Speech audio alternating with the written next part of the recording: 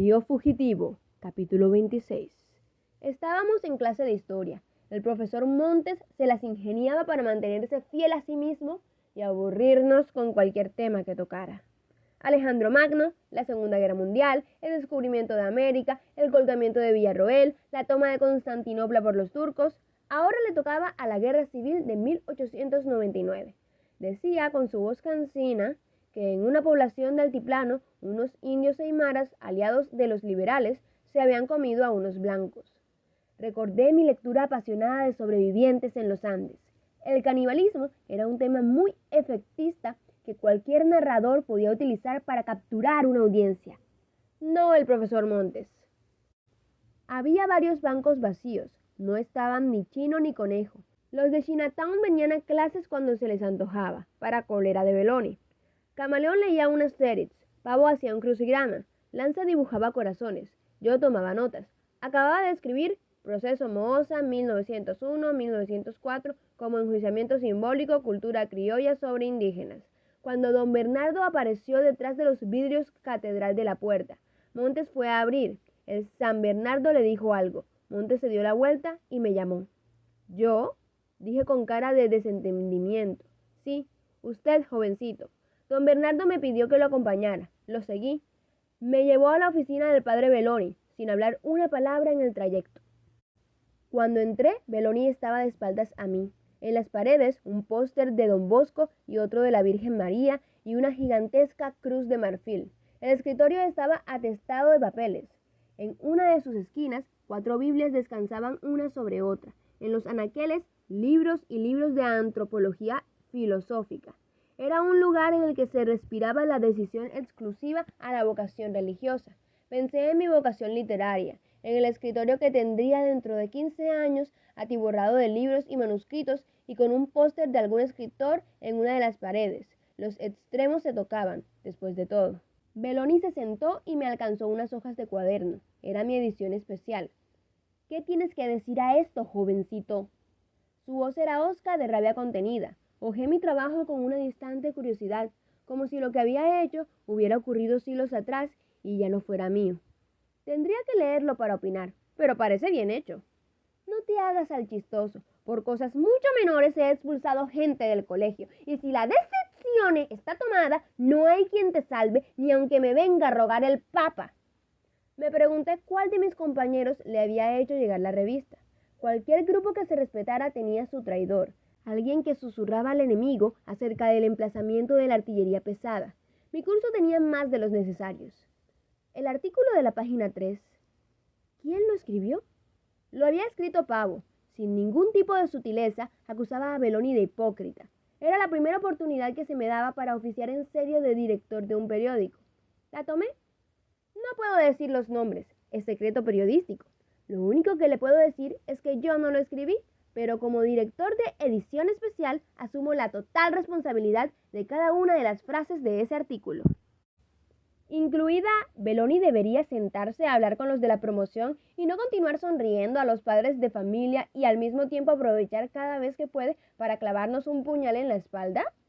Esa sobre todo. Padre, usted vino con la idea de poner orden en el colegio. No tenemos nada en contra de eso. Es más, algunos lo aplaudimos y lo secundamos. El problema es el estilo. Usted está poniendo orden a base de castigos y así cualquiera. Ese es un orden mentiroso.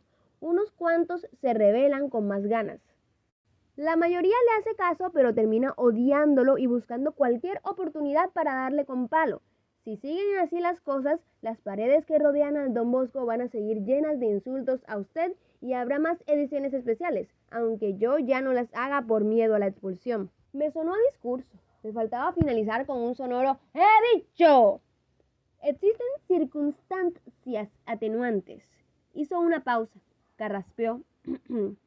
Ustedes son los protegidos del padre Tejada y lo van a defender a como de lugar. Mas no es tan simple la cosa. Esto no es un invento mío. Hay pruebas, No puedo hablar ahora, pero esperaré el momento adecuado. Ustedes son unos niños. Tienen mucho que aprender. No dije nada. Belloni suspiró. Miró a la cruz de marfil como buscando inspiración. Con su pluma fuente hacía garabatos en una hoja de papel bond. ¿Cómo está tu familia? Preguntó sorpresivamente. Sobreviviendo. ¿Y tú? Sobreviviendo. Es ahora que hay que ser fuertes, no cuando las cosas vienen bien, y no hay motivo para desalentarse. Dile a tus padres y a tu Sorella hermana que pienso mucho en ellos, y tú, cuando lo necesites, puedes venir a hablar conmigo. A tu hermano mucho no lo conocí, pero todos me han hablado muy bien de él. Está bien, no todos, pero no quiero recordarme de eso ahora. Me sembraba muy travieso, mas ¿quién no lo es a esa edad? No quiero recordar las veces que dejé caer gatos de segundos pisos. Una tímida sonrisa, como a pesar de sí mismo. Beloni se incorporó, se dirigió hacia la puerta, la abrió y me señaló el camino. Aunque a don Bernardo no le guste lo que voy a hacer, dijo, te voy a dejar pasar esta vez. No creas que lo hago por débil y no te aproveches de eso y abuses de mi confianza. Es un gesto de buena voluntad porque creo que eres uno de los pocos de tu curso con los que se puede hablar. Entiendo que puedes estar ofuscado. Los acontecimientos recientes... Vuelve a clases. Le devolví la edición especial. Pídemela después de finalizadas las clases. Me fui preocupado. Beloni no me había caído mal.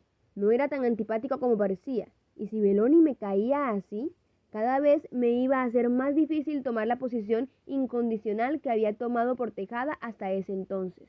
¿Qué te dijo?, me preguntó Camaleón en el recreo. Le conté lo ocurrido. Perro que ladra no muerde, dijo. Hay que hacer caso a los refranes. No es eso. Creo que de verdad tiene buenas intenciones. Ya te pasaste al otro lado. Te compraron con un chupete. No jodas. Cambiando de tema, mi hermano apareció, dijo Camaleón. ¿Cuándo? Esta mañana, como si nada en el desayuno. Mi papá estaba tan sorprendido que no dijo nada. Estaba feliz, creo. Yo también. Mi hermano tenía una pinta que daba lástima. Estaba muerto de hambre. Quería preguntarle 1000 cosas, pero no lo hice. Lo vi comer nomás.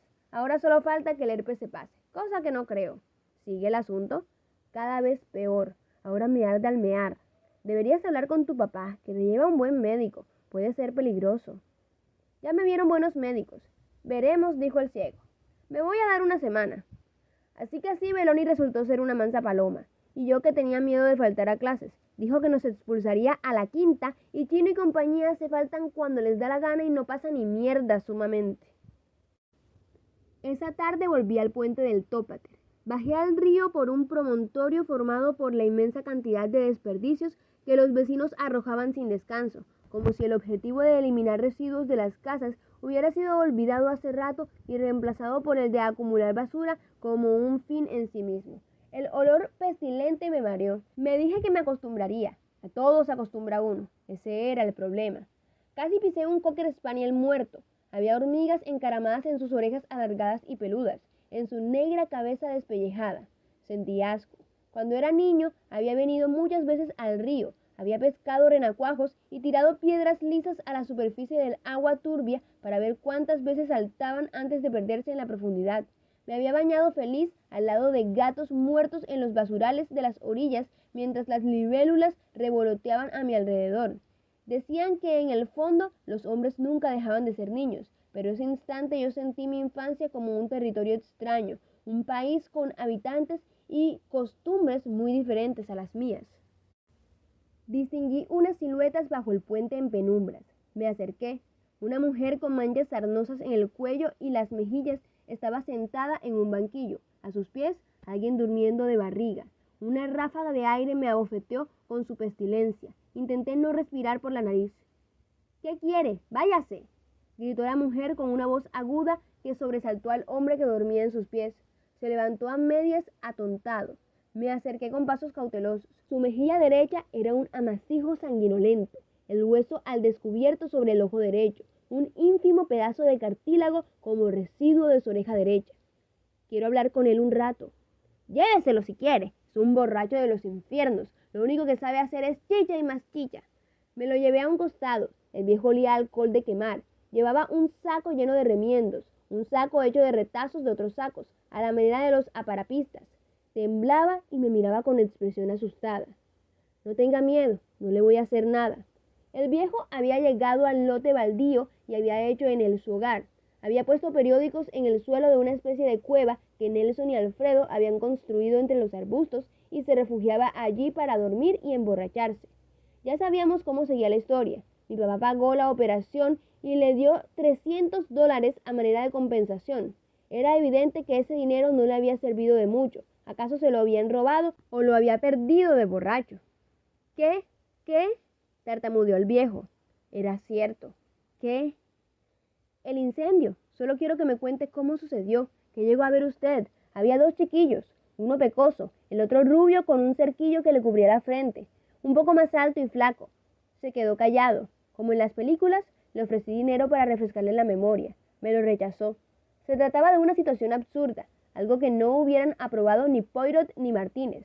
Bajo el puente del Tópater, interrogaba sin convicción a alguien que no había tenido nada que ver con la muerte de Alfredo. ¿Qué sacaría con ello? Estaba perdido en el predecible laberinto de la novela detectivesca. Se cometía un crimen, se interrogaba compulsivamente a 5 o 6 sospechosos, las mismas preguntas, la inevitable repetición. Se los reunía al final y se develaba el misterio. Tenía razón Mauricio, yo no tenía un crimen, estaba forzando uno.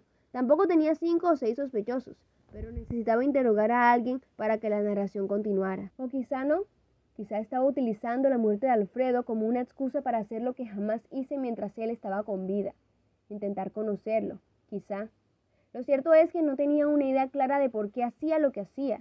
Algo me había impulsado a buscar al viejo y hablar con él. Eso era todo, nada más, nada menos.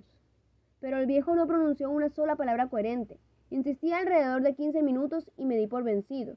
Cuando me iba, dejando tras de mí una silueta que murmuraba frases inteligibles, me di cuenta de que el olor ya no me molestaba, pero el cocker muerto me volvió a dar asco. Al llegar a casa encendí la radio en mi cuarto y me enteré de que habían arrestado a Farias. Pensé en lo peor. Llamé a papá a su trabajo. Estaba, por suerte. Me dijo que iba a casa en un rato más, que no me preocupara por él. Quise decir algo, pero luego pensé que el teléfono podía estar intervenido. Colgó. Me quedé un buen rato con el auricular en la mano.